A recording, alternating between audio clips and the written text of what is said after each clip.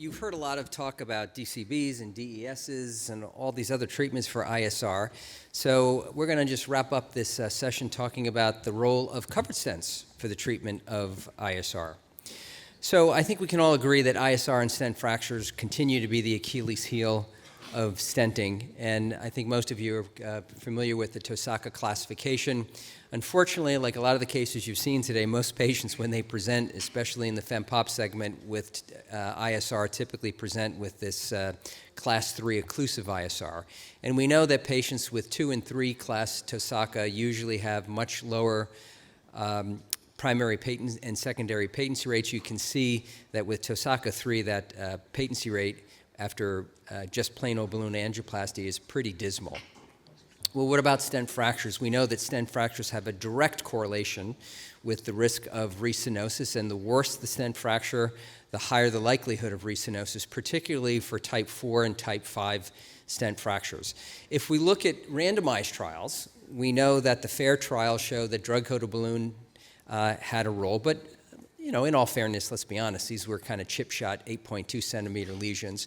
In longer lesions in contradistinction with Viabahn in the Reline trial, the primary patency was better, despite the fact that the average lesion length was 19 centimeters, thereby suggesting that, hey, covered stents may have a role for long SFA ISR.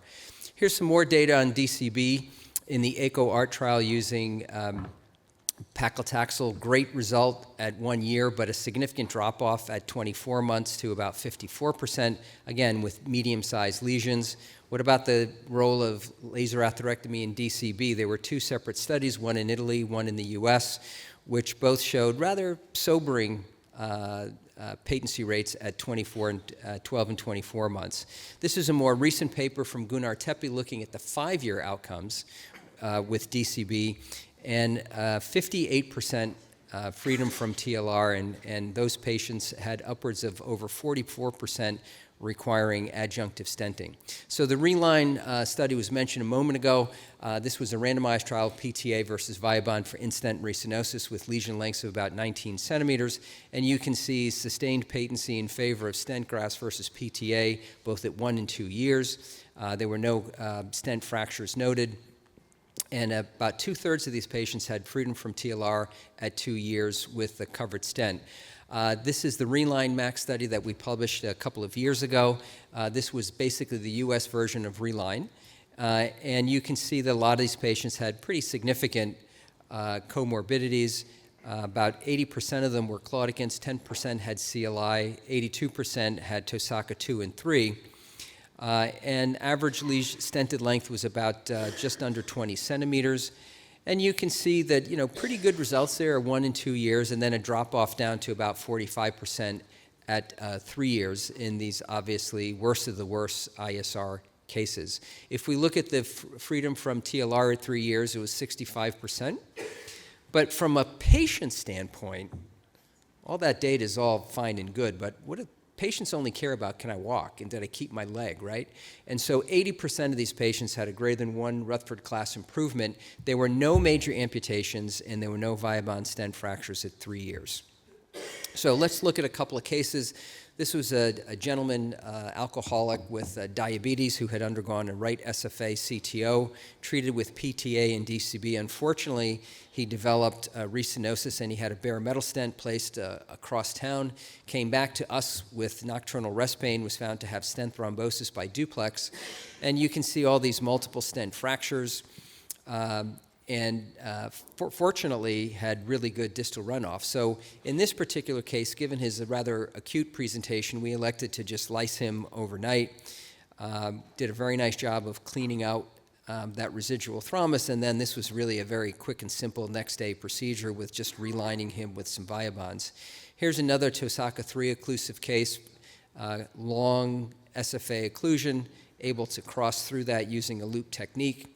And then after PTA and a couple of Viabahns, we're able to get a very nice result. And a third case of a patient with just complete occlusive Soukas 3, treated in a similar fashion. And as Dr. Wiley just showed you with that nice graphic a minute ago, there's stuff in the middle of these stents. And you can understand why a plain old balloon is not going to get rid of it. And in this particular case, you can just exclude it from the circulation using some covered stents. And again, a very nice result. You've seen me talk about the detour for percutaneous fempop bypass. Sometimes the best approach for ISR is to just go around it.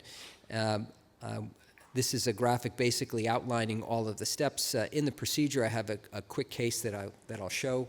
Remember, the Detour 1 study showed very, very good results despite all of these patients being task C and D with 37 centimeter lesion lengths, but a nearly 80% 2-month primary patency rate. And then the Detour study, of course, was done here in the United States. These were the key eligibility criteria. And you can see that almost all of these were occluded. About 14% of the patients in the study were specifically for ISR.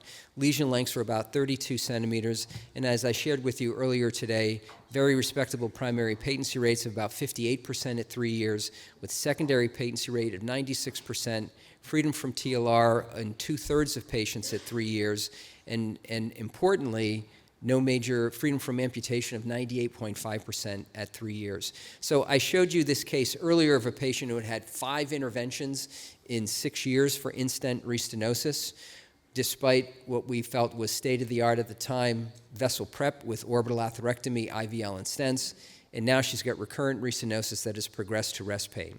Was not a candidate for bypass because of a lack of venous conduit. And you can see, again, this constrictive pericarditis of this dense calcified distal SFA. And an hour and a half later, again, we were able to provide her with 2-vessel runoff. And as I mentioned earlier, she was so grateful, she brought cupcakes to the office. So we can see that Eluvia drug-eluting stents and stent grafts do seem to provide the best primary patency in long lesions, but for the really long lesions, PTAB actually seems to have the best patency rate. So in summary, how do I decide between PTAB versus covered stents for ISR? In general, for these really long, densely calcified, longer than 20 centimeter ISR cases, I think PTAB is actually an excellent choice, provided the patient has decent runoff and an appropriately sized vessel with a good femoral vein. For these stent fractures, it can be very, very challenging to get through them. And just going around them obviously can be just a lot quicker and simpler.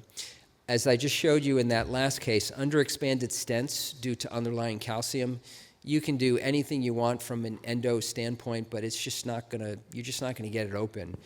And obviously with PTAB, you need to have at least 1 centimeter of SFA at the ostium to work with. So for all other cases, especially for shorter lesions, minimally calcified ISR, then I think a regular conventional covered stent works very nicely. For patients who can't get PTAB because of a prior DVT or ISR involving the SFA ostium, covered stents through the native circulation make a lot of sense. Obviously, you need to have a popliteal artery diameter that's not too big or not too small so that the devices will fit. And it's been shown in the 3-year outcomes that the patency rates were better when patients had CFA diameters that were 7 millimeters or greater. So if it's a small CFA, then perhaps you might be better off with a covered stent as opposed to a PTAB. And although it's not a direct contraindication, it is a pain in the neck trying to line up your artery and your vein for your distal anastomosis in the presence of a knee prosthesis. So sometimes it might just be easier to use a covered stent and avoid that problem altogether. So thanks again for your attention.